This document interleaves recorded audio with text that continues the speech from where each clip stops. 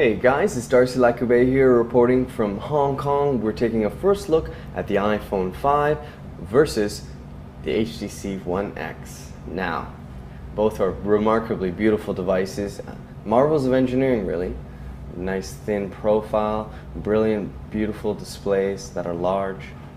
Obviously, they are competitors. Now, the HTC One X did come out a little bit earlier than the S3, and the timing was a little poor on HTC's part. It really is a beautiful device, and it features a remarkable display. Brilliant whites, high resolution, very responsive. But the iPhone is no slouch in this department either. It has its own beautiful display as well. Now, obviously, we are looking at a substantially larger footprint with the HTC One X. Just to give you an idea, it has a larger width and is slightly thinner as well. Slightly taller as well. Now, bringing it into specs and whatnot, with the HTC One X, in terms of its physical dimensions, we are looking at a 5.29 inches in overall height with a 2.75 inch width. The thinness of it is 0.35 inches, making it quite svelte and very nice in the hand, easy to hold. It feels really good. And although it isn't actually curved, the design does give the impression that it is in fact a curved device, much like the Galaxy Nexus. The iPhone 5 is 4.87 inches high by 2.31 inches wide, and it is thinner, 0.3 inches thin to be fact, versus the 0.35 of the HTC One X. Now, in the hand, both actually are very comparable. The HTC One X is only 130 grams, whereas the iPhone 5 is 112. But really, it's very difficult to notice. What makes an impression on the hand is the actual width. Now, my hands aren't large by any means, but they're not small either, and the HTC One X is substantially wider, and its screen is substantially wider too. And speaking of screens, we're looking at a Super LCD display with an HD display. It features a 1280 by 720 pixel display, 4.7 inches, and the iPhone 5 features the odd but high resolution Retina, if Apple would have us follow their marking. Features a pixel of 1136 high by 640 wide, making it 326 pixels per inch, whereas the HTC One X is 312 pixels per inch with its 1280 by 720 display, which is becoming the standard for phones going forward. We won't really see any phones with any pixel density or PPI count less than 300. It almost looks like a painting, actually, the HTC One X. And the iPhone 5 is remarkably beautiful with this brilliant IPS TFT LCD display. Of course, there are other differences as well, which we'll talk about, like battery. The camera itself is quite similar, and others. But getting into memory, the HTC One X is one of the few devices, due to its polycarbonate unibody, that does feature no expandable memory. Now, you can get it in a 32 gigabyte flavor, which is enough for most people, making it satisfying. And with cloud and Dropbox and other such services, getting mobile content on the move isn't going to be a problem, so long as there aren't any bandwidth limitations in place. The iPhone 5 features 16, 32, and 64 gigabyte iterations, and like the HTC One X, has no expandable memory whatsoever. In terms of batteries, they're also comparable as well, in that they aren't removable. Now, of course, the HTC One X features a larger battery, which is necessary due to its large display. We're looking at 1,800 milliamp hours for the HTC One X, and as I said, it is not removable. For the iPhone 5, it is only 1,400 milliamp. Now, in terms of talk time, we have 8 hours of talk time with the iPhone 5, and we have up to 11 hours of talk time with the HTC One X. Of course, these are always manufacturer suggested, so there are obviously going to be differences in terms of your network or how you use the device, and that's just for talk time. Now, bringing it back to the internals of the device, they're very different.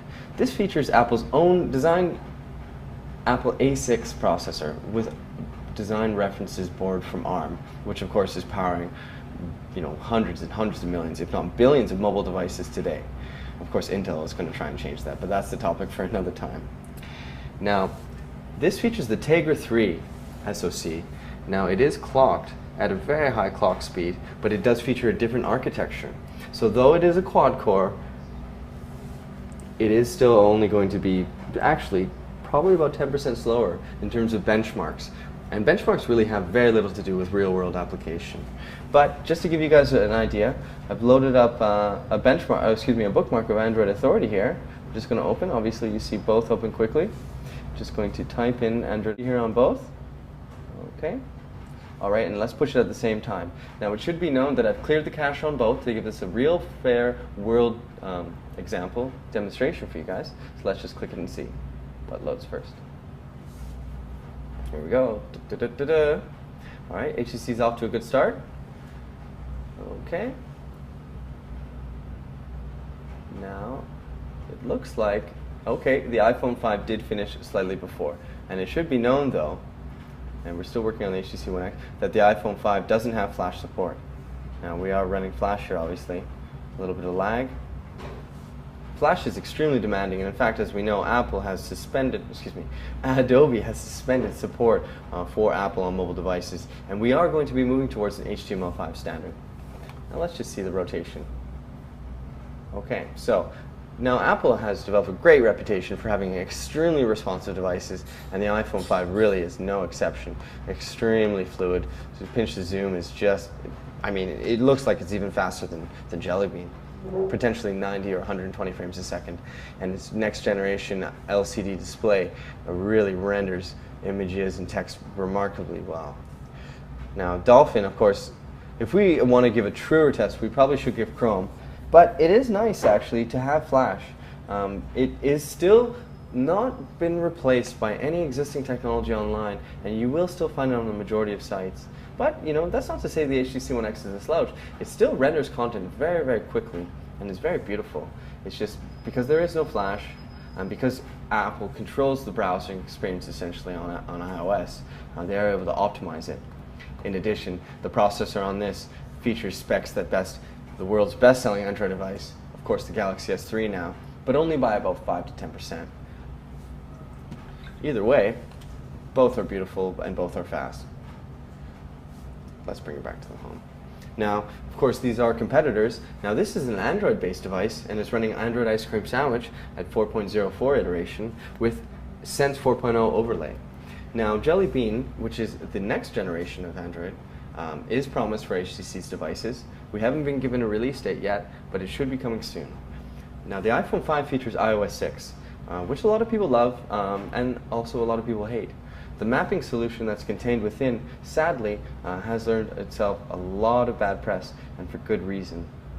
It's just nowhere near as good as what Google has offering, and it's just nowhere near as good. It's just simple as that. You can talk to anyone that's used it so far, whereas obviously Google Maps is substantially better. Either way, that's a small part, but an important part of what makes these devices different. Now, bringing it back to other things, on the front, we have a 1.3 megapixel camera for the HTC One X, and the iPhone 5 has a 1.2 megapixel camera, making them very, very comparable. Other than that, we have a micro USB plug-in, on the HTC One X, so that you can add your own movies and music without the need for any third-party software suite. Sadly, with the iPhone, everything has to go through iTunes. Now, you could jailbreak this device and you could make it your own, but a lot of people are scared to do that. What else? So, we have an SLCD2 display on the HTC One X. It is really one of the best displays on the market, and a lot of people really, really love it. When the HTC One X came out, all the device reviewers on all the prominent tech sites were saying that it arguably was one of the best displays they'd ever laid witness to. Now, this does feature a higher PPI count, but it is negligible. You really have to look at it with a magnifying glass to really spot the difference. So, let's see a camera test to see how quickly both can take pictures. I've used both, and both are remarkably fast. Let's just try and take a picture of the S3 here.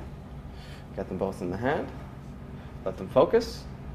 Which one focuses first? Okay. It appears as though the iPhone is struggling with a close-up. There we are. Okay, and let's just take pictures. 1, 2, 3. Okay. Okay, so basically, for every picture that you're able to capture with the One X, you were able to capture essentially 3 or 4 with the iPhone. But it does have a problem focusing. I'm trying to hold my hands as steady as possible. Okay. Now, it's just clear that the iPhone is lightning fast. Let's just take a look to see if they're actually clear. Not bad. Really not bad at all. Okay, and let's look at the HTC One X to see. Okay, also quite clear. So essentially, after you get them focused, they are very comparable. Of course, both are LCD technology. So the rotation. Okay. So I would say that they are very close to being on par. Now we're going to follow up with a much more thorough device review, obviously in one of our articles on our site, in which we're going to be looking at benchmarks, camera, and all the other important features that matter to smartphone owners. So, talking about the iPhone 5 for a second, this device launched today, September 21st, and they've sold millions of them. In fact, they sold out of pre-orders, and the lineups, they actually had to suspend lineups here in Hong Kong because there were fights last year, and there were so many scalpers and so much animosity that Apple put in place a lottery system in which you had to go online and order one. So, now this is an A6 processor inside, only clocked at 1000 megahertz, whereas this is a Tegra 3 quad-core. So dual core 1000 megahertz versus quad-core at 1.4 gigahertz. So with the HTC One X, we're looking to be powered by the Tegra 3, clocked in at 1.5 gigahertz, and it does feature a remarkably powerful 1.5 gigahertz clock speed.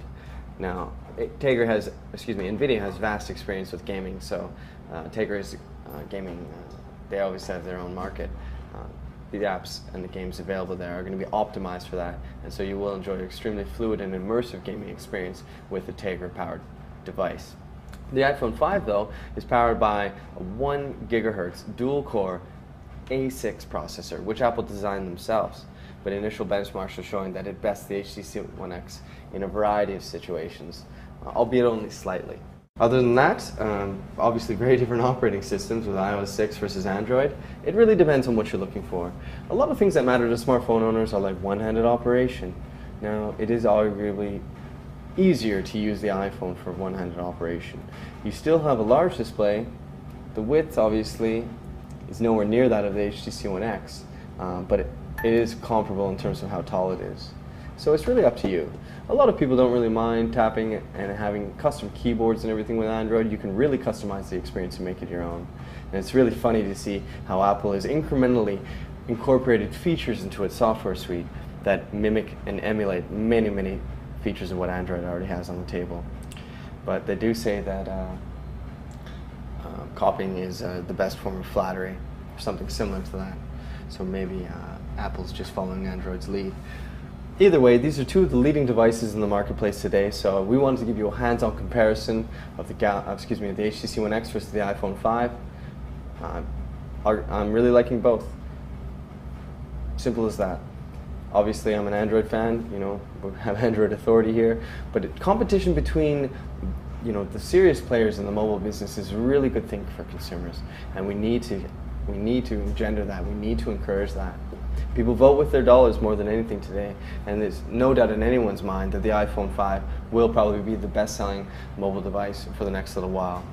Either way, I would have to say it really all depends on your personal preferences. iOS is arguably more intuitive, albeit less customizable than Android. The response time of operation is slightly better, and web browsing shows that too, but you will be missing out on some key features like Flash. In addition to that, the ability to add widgets and whatnot to your device makes the HTC One X and other Android devices very, very appealing to many that like to own their experience, to maximize and to explore and to create and to really make it their own. Whereas sadly, unfortunately, iOS is really adhering to a strict sort of top-down, vertically integrated approach with its iTunes and the way that it just mandates that you connect to a computer to get music on there and movies and so forth. Either way, guys, like I said, two of the best devices on the market today, iPhone 5 versus the HTC One X. We're reporting live here from Hong Kong. Thanks for checking in, guys. We hope you appreciated and enjoyed our versus comparison. And hit us up on Google+, Twitter, Facebook, or just come check out the site. Let us know what you think. And have a great day. Thanks very much, guys. This is Darcy Lacouvé from Android Authority.